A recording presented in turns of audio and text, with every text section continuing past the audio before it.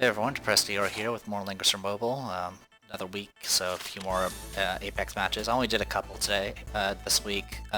Thankfully, gradually the higher ranked players are finally getting to their appropriate scores. So at this point, I'm kind of fighting people that are a little bit more my level. At least it feels that way. So hopefully the matches will be a little bit more interesting and maybe less one-sided. Nothing really changed to the box so far. I have Mystery Knight fully bonded, but she's only 3 stars, and I won't really attempt to use her until she's at least 4 stars. And even then, I might have to just wait until she's even higher. I also mentioned last week I was going to try out Imelda eventually, but right now I don't have her fully bonded. I did get her 6th skill point, and a bunch of other stuff, and got her geared and enchanted up. So right now she's technically the strongest Imelda on my server apparently, which is always kind of interesting to see those rankings. I believe my Estelle is actually the highest ranking on Roga Valley as well for some reason. Anyway, so usual strats, I'm going to rely on Estelle's 3 cost half faction buff instead of relying on the other faction buffers. Essentially, my faction buffers are kind of ban bait right at this point, which is just making the opponent waste bans on them, while I actually focus on making my a team that I'm used to. At this point, there are so many characters that are potentially dangerous. I'm kind of just playing things by ear now and trying to figure out what I can handle and what I can't handle, because at some point I'm going to have to deal with something one way or the other. The opponent is a little interesting just simply because she has a Sophia instead of a TRS, which is a little bit different. I know it's not much, but it's definitely different. She has a Hiei, which only gets Meteor and Origins faction buffs, I believe, and Time. So it looks like only 2 faction buffers for him, so I'm not going to worry about him unless a faction buffer applies to him. Anyway, let's go ahead and dive into this. This is actually my second time recording this, simply because I forgot to turn on animations, and I like having the animations on, so... Anyway, as always, I start with Leonhardt as the first ban, because I just don't have a real reliable way of dealing with him. They usually ban my Listel and Yulia first, which I'm used to Listel. Listel is almost usually a first ban in most cases. In all my fights so far, they always first ban my Zerida, and then they usually follow it up with like a Yulia and Listel. If they let me have my Yulia, I will usually pick her as a 3rd pick. I don't usually pick her as a 2nd unless I don't have Claret. Opponent usually picks Landius first over Juggler for some reason. I don't know why, but they do. Alright. I go after the main assassins. As well as Joshua, who's also an assassin that does AoE damage. Since they didn't ban my Claret, I took Claret. And if they don't ban TRS, I take TRS as a follow-up, because the combo of TRS attack blessing on Claret is just really, really powerful. They got their Claret, which is getting faction buffed by Landia, so she's going to be a bit beefy. I have so many casters now that I have young Jessica in the group that I usually am safe to get at least one standard single target nuker or AoE if I need to. In this case I got Lana. They got their Yulia out. I'm not as afraid of Yulia simply because she's not very mobile compared to other opponents. Ended up going with, I gradually banned their healers, and they ended up going with Close as their healer, which seems to be pretty common for some reason. And then they picked a Juggler last pick. So I've been letting them have 2 tanks, which is a bit iffy in some cases. Alright, so now that I won't forget, I'll turn on animations. Alright, so only things of note is this Claret is only 5 stars, not 6. Overall, I think my units are slightly stronger, though their tanks are generally... Actually, even my tank is pretty beefy compared to theirs, though they have a little bit better magic resist. And their Yulia is a 6 star. The Yulia has no faction buff. Everything else has a faction buff. Juggler's buffing himself, and Landius is buffing himself and the other 2. And then this Close is pretty much just pure healing. like I mentioned in previous videos, I usually bring mine with an AoE for some offense. With my all-female type setup, I usually have to rely on making my even my support and healers be a little bit punchy. Maybe not like straight up tank killers, but something that, you know, forces them to react. As always, I start with Claret just to expand my range. She moved her Claret up, and at this point I'm just kind of getting my characters into position. Usually I box around Estelle, but in this time I'm a little bit more aggressive. This positioning here is a little bit iffy, simply because I was a little concerned about this Claret. Not because, I mean, the only target the Claret has on the first attack is guarded, but the second follow-up attack from Lightning Flash can be potentially dangerous. But I don't think even TRs can get killed at a 50% damage debuff. Maybe if she had Attack Blessing, but in this case she doesn't, so I'm not overly worried about it. And I'm trying to take advantage of the fact that this is a big map, kind of get as forward as possible, because it's really hard to move around with Estelle simply because her guard range can't expand until she does damage. I got my Attack Blessing up, so I'm ready to do some damage with Claret. I'm just trying to figure out what my target's going to be. The Juggler has Beast Shock, so does not have actually can't guard against magic, only physical. I went ahead and got up my my Phoenix Wave just so I can get my expanded guard range and become immune to debuffs. So got all that set up. I also wanted to just do a little bit of damage to Landius to hopefully maybe debuff this Royal Cavalry here, because this reduces a whole ton of physical damage if you let it at 100%. So I went ahead and took this as an opportunity to move in. Thorns with reflect damage, so I'm going to take a lot of this damage is going to be dealt to myself. But it's enough to get the kill. And then Healing Light will bring me back just strong enough to go ahead and get the follow-up attack, go ahead and finish off the self-res. I had to do this because next round Yulia was going to attack, and even without faction buff, she's raw magic, so she can be fairly dangerous. But this will also force their Claret to act, and so she has to go and kill my Claret. With this all-female setup, I have to be really aggressive. I have to keep the initiative going, so I'm like, alright, I'll push in. Remember, like I said, the Juggler can't guard against magic, so I can get a free hit on Yulia here. She'll self-res, but she's now at minimum health. And for some reason, the Close decided to do Aurora Ring, and she's actually going to give up at this point. The only possible way this Yulia could have stayed alive is if Chloe moved here and did a standard heal. But at her magic level, I don't know if that's going to be enough to actually heal her to a high enough percentage. It might have been. I can't really say. But either way, I would have followed up with another attack and softened her up again, and that would have kept her at bay for a little while longer. And Claret by herself is not going to be able to do enough damage to do anything. So definitely a strong first start. It was definitely pretty quick. Once I took out their one of their primary tank and started wrecking their Yulia, they kind of had no options. So we'll go ahead and back out, and sorry if I'm sounding a little out of it. I just realized after, like, you know, it's like midnight right now, and unfortunately I was like, oh wait, I forgot about freaking animations, and I really wanted to have those on for the video. Anyway, for the opponent's box, not much to say. It's definitely a mix of a little bit of everything. Standard healer setup, it looks like. Standard tanks as usual. A little bit heavy in Origins, and maybe, yeah, it looks like it's actually kind of a mixture of Glory, Yillis, and Origins, and I think they were trying to take advantage of the fact that, you know, some characters can have cross factions. As always, go after Leonhardt, get rid of him.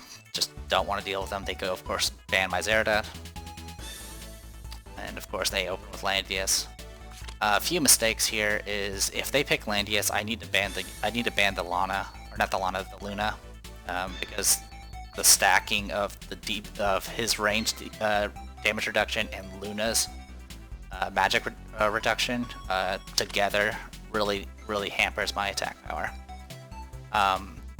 And whenever I feel a little overwhelmed about my options, I usually will ban healers at that point. So I went ahead and banned both TRS and Leon at this point because if they pick Luna, I usually assume they're going to be a flyer Luna, and they usually will have Curse Spear, which will nullify healing and all that. So it could be really dangerous for my tank. So I immediately banned any potential ways to buff her. Well, besides, of course, Iris there. They, of course, banned my Yulia. I grabbed Claret because they let me have her. They got their close out. The other mistake I make here is I didn't actually... I was like, well, Luna could self-buff, but usually Lunas that are offensive will not self-buff. Instead, they'll rely on someone else's someone else's buff. So I should have banned Juggler at some point. They did grab Yulia, but I went ahead and just banned any potential buffers for her, so her benefits will be pretty minimum. You might notice I got kind of the same team, just because of how it flows. Mainly that happens because they ban my faction buffers as quickly as possible, and I ignore them. So I'm able to just kind of focus on building a team that works for me. So, like I mentioned, I let them have a juggler, and I really should not have let that happen because Mark of the Beast here, Mark of the Sacred Beast is going to buff the Luna here, and so she didn't actually have to bring a faction buff. I really should have banned it and soaked whatever else. And also dealing with two tanks is always annoying. Much like before, this is kind of the same juggler setup. Only physical guard has B-Shock. And this Yulia is, of course, 5 stars, or 6, yeah, 6 stars, sorry. And everything else is pretty standard here. Except for this one, I think this is a 4-star Chloe. Mine is, yeah, mine is 5-star Chloe, and mine's 6 stars. I think. Actually, that might be, yep, that is a 5-star. Okay, let's go ahead and get started. Nothing new here, same setup. Chloe's going to have a little bit of offensive capabilities, and Lana, of course, will have her standard stuff. Actually, for this fight, oh yeah, whenever I take Lana into PvP, I drop one of her AoEs and replace it with Cleanse, just for the potential of dispelling buffs.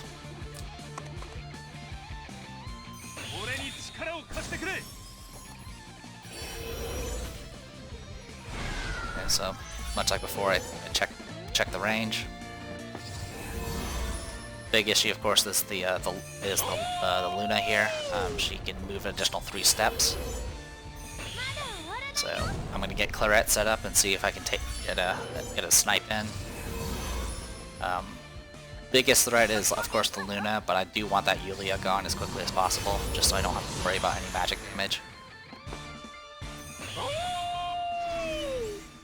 So I'm just kind of passing turns, getting myself fully buffed, ready to go. And sure enough, they moved both their tanks forward, and now the Yulia is open. So I went straight for it. Even if she self-reses, I have a second attack. And since she's doing little to no damage to me, she's not going to recover much health.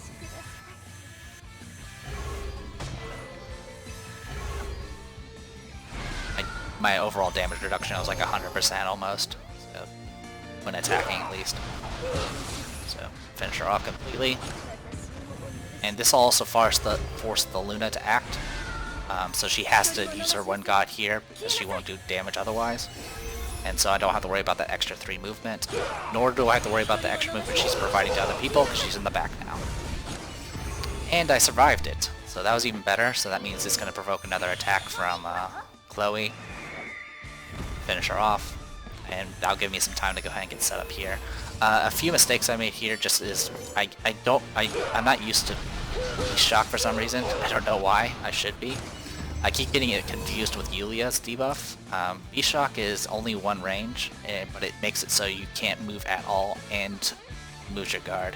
For some reason, I kept thinking it was like 2 range, very similar to or a ring, like a ring around it, and not just 1. But that's why I was doing some weird movement in some cases. So at this point I was trying to get some damage on Landius. I was hoping to actually, you know, do a lot more.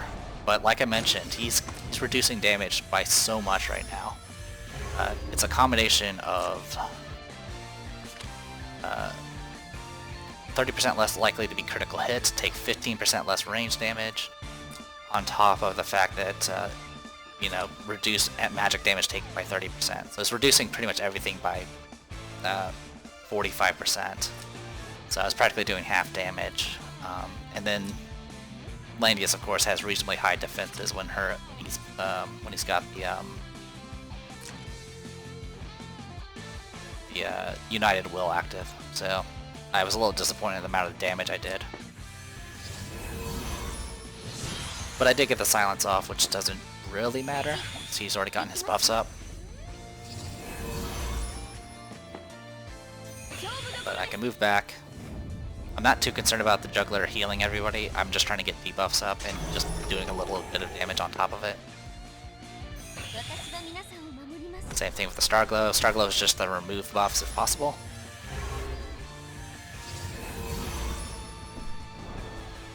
Alright.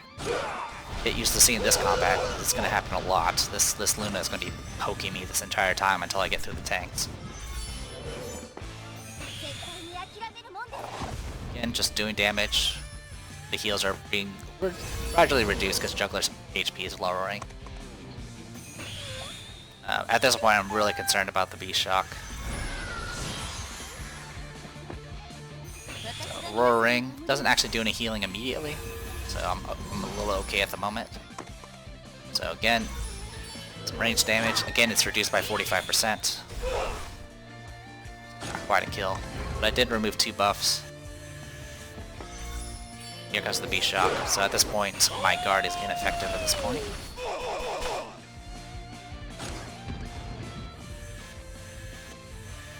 But go ahead and put Attack Blessing on close. Just so partially to pass a turn and seeing what will happen with the Luna. Luna, of course, goes after my Lana. Does a lot of damage, but not enough. It's just, unfortunately, her Raging Thunder was on cooldown. And I was in Forest and full health, so I was pretty safe at that point. This will give me an opportunity to go ahead and get a first kill on the Landius here. Of course, it'll self-res, but it'll at least soften him up.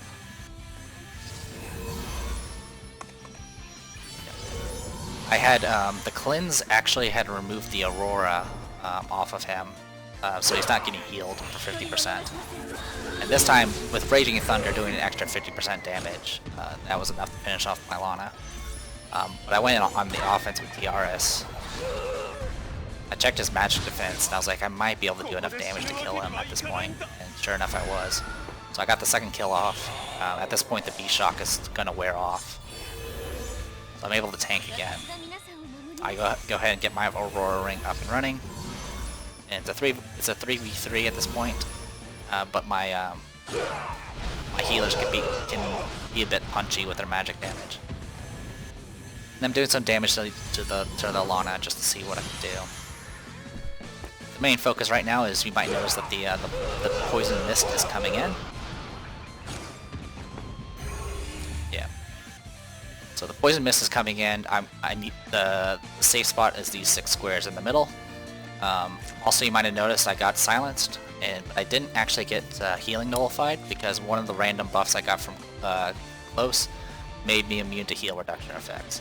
Not a huge difference, to be honest, because Juggler by himself is not going to really be able to do enough follow-up, and close here is not really going to do much either by herself. With a combination of TRS and close, and TRS having a goddess tier, I think it's what it's called, I can easily remove the debuffs that the Curse Spear can do. But still, being able to heal immediately is always a plus. I was a little confused about my opponent's movement, because I don't know if he was just not paying attention or underestimating how quick that poison can creep up on you. But I'm gradually going to move myself into position while he's going to be not ready for it. So right now I can't really do much damage yet. I kind of have to wait. I'm poking at him, but he's in water. He has Triton up as well, so I just can't do enough damage to do anything right now to the juggler. But as I've mentioned before, I'm the right now in Apex. If time runs out, it's the second player that wins. So right now, since I'm player 2, I'm actually in a safe position in that case. So Raging Thunder, yeah, she just can't do enough physical damage to kill my Estelle. She definitely earned that title of being top of Roga Valley right now.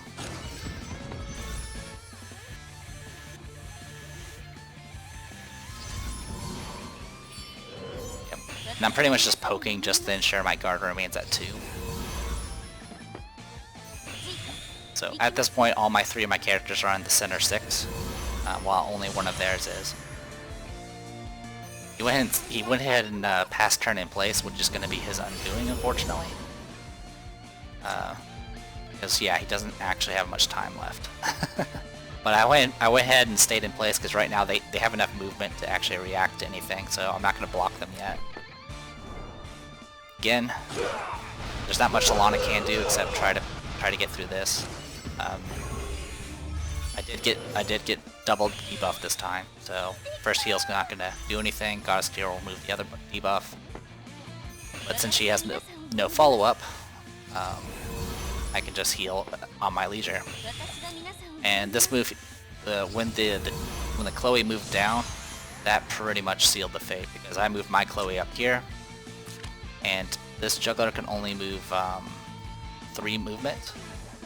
So around this way, can't get it, and the only open spot is this spot here, which for some reason he did not take advantage of. Yeah, he could have just moved. Well, if the juggler had moved here, I would have moved my Estelle down to here and blocked their Chloe. In this case, they took their Chloe and moved up, and now I'm going to block their juggler. So that's what I'm going to do right here. Phoenix Wave is going to ensure I don't suffer any debuffs for a couple of rounds. It also heals me to full. Yep. So the juggler's completely blocked. There's nothing that can be done about it.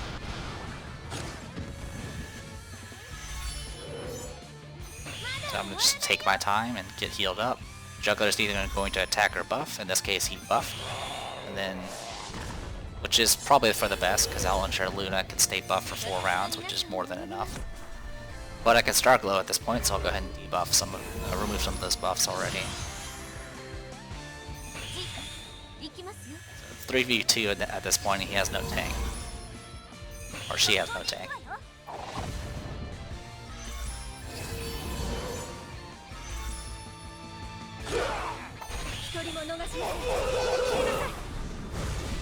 Did a crit, but it wasn't enough.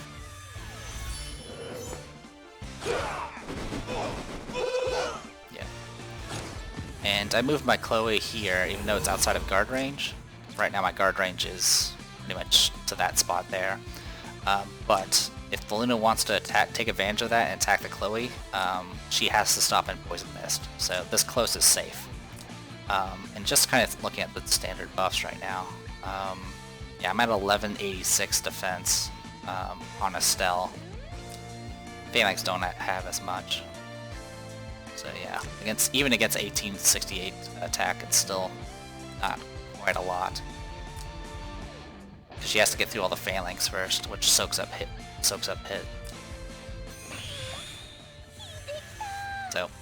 at this point, I have kind of control of the match. Heal up. And at this point, he gave up. So, pretty fun matches. I actually really enjoyed them. Definitely got down to the wire. I think that was last turn actually. If after that turn, I would have won anyway. There was no way he was going to kill three characters in a round. So there was definitely no. At that point, I had the victory. And even if we had the later rules where it's going to be based off damage, I had done more damage than him overall. I mean, his only damage dealer was Luna the entire time, while I was doing a bunch of AoE.